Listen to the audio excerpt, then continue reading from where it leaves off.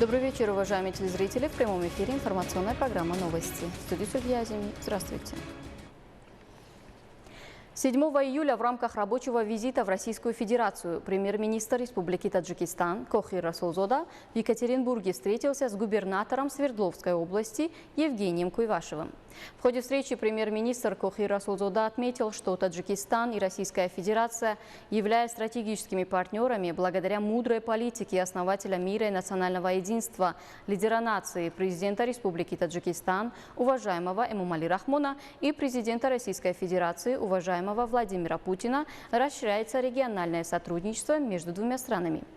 Премьер-министр страны, подчеркнув о возможностях еще большего развития сотрудничества между двумя дружественными странами, назвал укрепление отношений в областях промышленности, сельского хозяйства и других приоритетных направлениях на благо обеих сторон.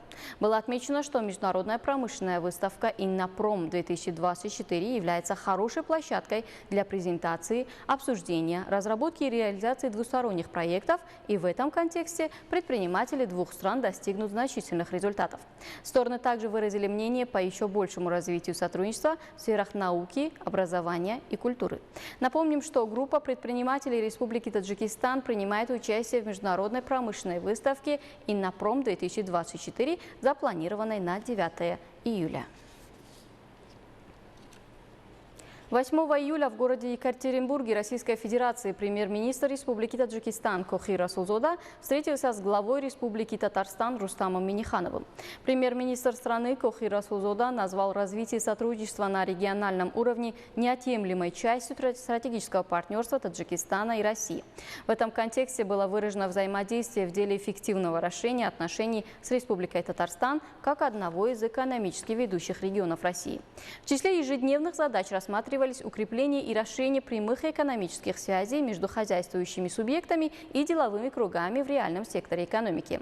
На встрече в качестве перспективных направлений сотрудничества обсуждались различные сферы промышленности, включая горнодобывающую и металлургическую, нефтегазовую, химическую, легкую и пищевую промышленность, фармацевтику, строительство, энергетику, транспорт и связь, сельское хозяйство и туризм. Стороны выразили мнение о многочисленных неиспользованных возможностях и потенциалах для роста взаимной торговли и реализации совместных инвестиционных проектов в приоритетных сферах. В продолжении беседы стороны выразили всестороннюю готовность к дальнейшему расширению культурно-гуманитарных связей, в том числе в сфере науки, образования и здравоохранения. К 2037 году Таджикистан станет полностью зеленой страной. Таджикистан всесторонне поддерживает усилия мирового сообщества по поиску путей уменьшения негативных последствий изменения климата.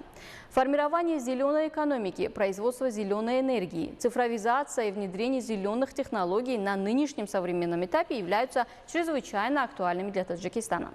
Повышение устойчивости экономики к сегодняшним вызовам и угрозам прежде всего путем привлечения большего объема инвестиций и продолжения реализации процесса реформ также являются важным и находятся в центре внимания правительства Республики Таджикистан. Очень важной темой во всем мире, в том числе в Центральной Азии, является приспособление к изменению климата и большая устойчивость к изменению климата, которую мы все переживаем сейчас. Мне очень приятно, что Всемирный банк может играть очень важную роль в этой работе. Мы работаем по преодолению последствий изменения климата во всем мире, в том числе в Центральной Азии. Конкретно в Таджикистане у нас очень большая и динамичная программа. У нас на сегодняшний день 25 проектов на общую сумму больше $1,5 миллиарда, которые мы предоставляем Таджикистану на безвозмездной основе. И мы участвуем в очень большом ряде секторов экономики по поводу модернизации и озеленения экономики. Мы планируем финансировать проект в этой области. Финансирование этого проекта будет приблизительно на $30 миллионов. Мы сейчас на раннем этапе подготовки этого проекта находимся. Но это очень важная тема. Я знаю, что правительство Таджикистана приоритизирует цифровизацию. Это очень молодая страна, и молодежи нужна современная технология для создания рабочих мест, для повышения благосостояния населения в Таджикистане. Это очень важная тема. стране наблюдается прогресс во всех сферах социально-экономической жизни общества. Так, в честь великого праздника 35-летия государственной независимости Республики Таджикистан во всех городах и районах страны запланировано строительство 28 579 объектов различного назначения. До 1 июня текущего года уже сдано в эксплуатацию 13 285 административных, образовательных, медицинских и торгово-сервисных зданий и сооружений, производственных предприятий и цехов. Тему продолжит Карим Хайдар. В преддверии 35-летия государственной независимости Республики Таджикистан во всех регионах страны развернуто масштабное строительство различных объектов.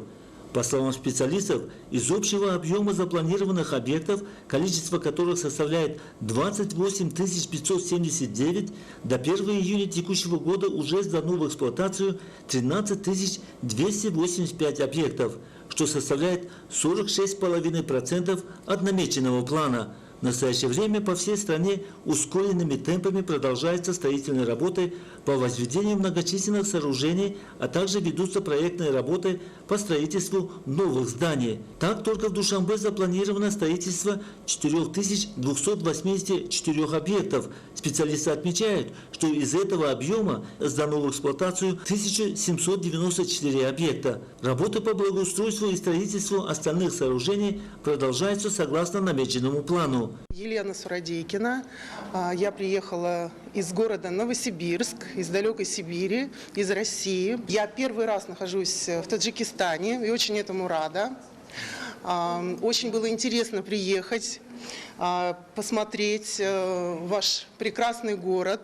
Очень теплый. Теплый не только из-за того, что жара на улице стоит, но теплый, потому что нас просто окружили теплотой и заботой люди, которые очень тепло нас встречают, очень гостеприимные. Благодаря усилиям и стараниям лидера нации, президента Республики Таджикистан, уважаемого Эмомали Рахмона, и председателя города Душанбе, уважаемого Рустами, день ото дня становится процветающим, красивым и развитым. По всей стране строятся дороги и тоннели, малые и крупные гидроэлектростанции, высотные жилые дома, современные школы, создаются новые рабочие места. С каждым годом увеличивается размер заработной платы и пенсии. Мировое сообщество поддерживает инициативы главы государства, уважаемого Эмомали Рахмона. Повышается международный имидж и авторитет нашего суверенного государства.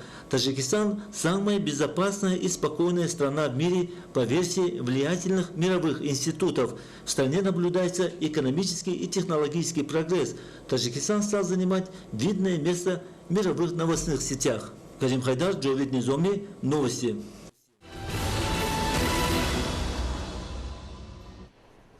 Природа Таджикистана отличается разнообразием, резкими контрастами и наличием уникальных ландшафтов.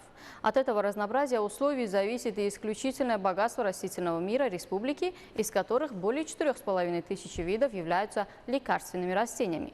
Многие лекарственные растения используются как в фармацевтической промышленной отрасли, так и в лесном хозяйстве с целью защиты почвы и водного баланса. Одним из таких растений является шиповник.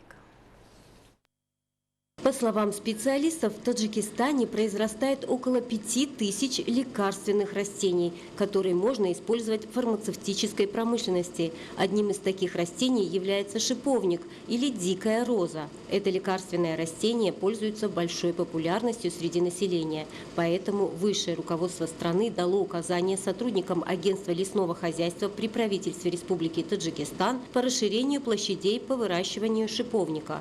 Следуя этим указаниям, площади произрастания шиповника в лесхозах страны с 2021 года до сегодняшних дней увеличен до 300 гектаров. Шиповник издавна использовался в народной медицине. Многочисленные исследования показали, что плоды шиповника обладают высокой биологической активностью и целебными свойствами. По количественному содержанию и разнообразию витаминов и полезных нутриентов они значительно превосходят другие растения. Шиповник пользовался целебной славой еще в старину. В средние века на его основе изготавливали лекарства и масла, которые ценились на уровне драгоценностей и мехов. Чаи, настои и отвары шиповника использовали для лечения желудочно-кишечных заболеваний при подагре, панкреатите, ревматизме, поражениях костей и суставов. В наше время шиповник не утратил своей актуальности, ведь шиповник – природная кладезь антиоксидантов, которые, как сегодня установлено, многочисленными исследованиями оказывают мощное противовоспалительное действие, снижают риск возникновения многих заболеваний. Благодаря витаминам А, С и Е, флавоноидам, фитостеролам, незаменимым жирным кислотам и прочим полезным микронутриентам, содержащимся в составе растения, шиповник препятствует развитию таких возрастных болезней, как сердечно-сосудистые, артериальная гипертензия, диабет, артроз, артрит и рак. Шиповник является ценной лесоплодовой культурой. Он является пищевым, лечебным и техническим растением. Используется с древних времен плоды шиповника, семена шиповника, но также ценятся и его лепестки, листья, корни, побеги. В лесном хозяйстве он играет важнейшую почвозащитную, водоохранную роль.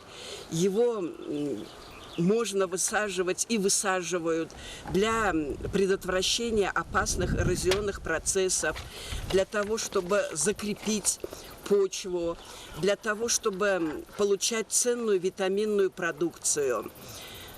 С древних времен плоды шиповника используются для изготовления напитков, сиропов, лекарственных препаратов.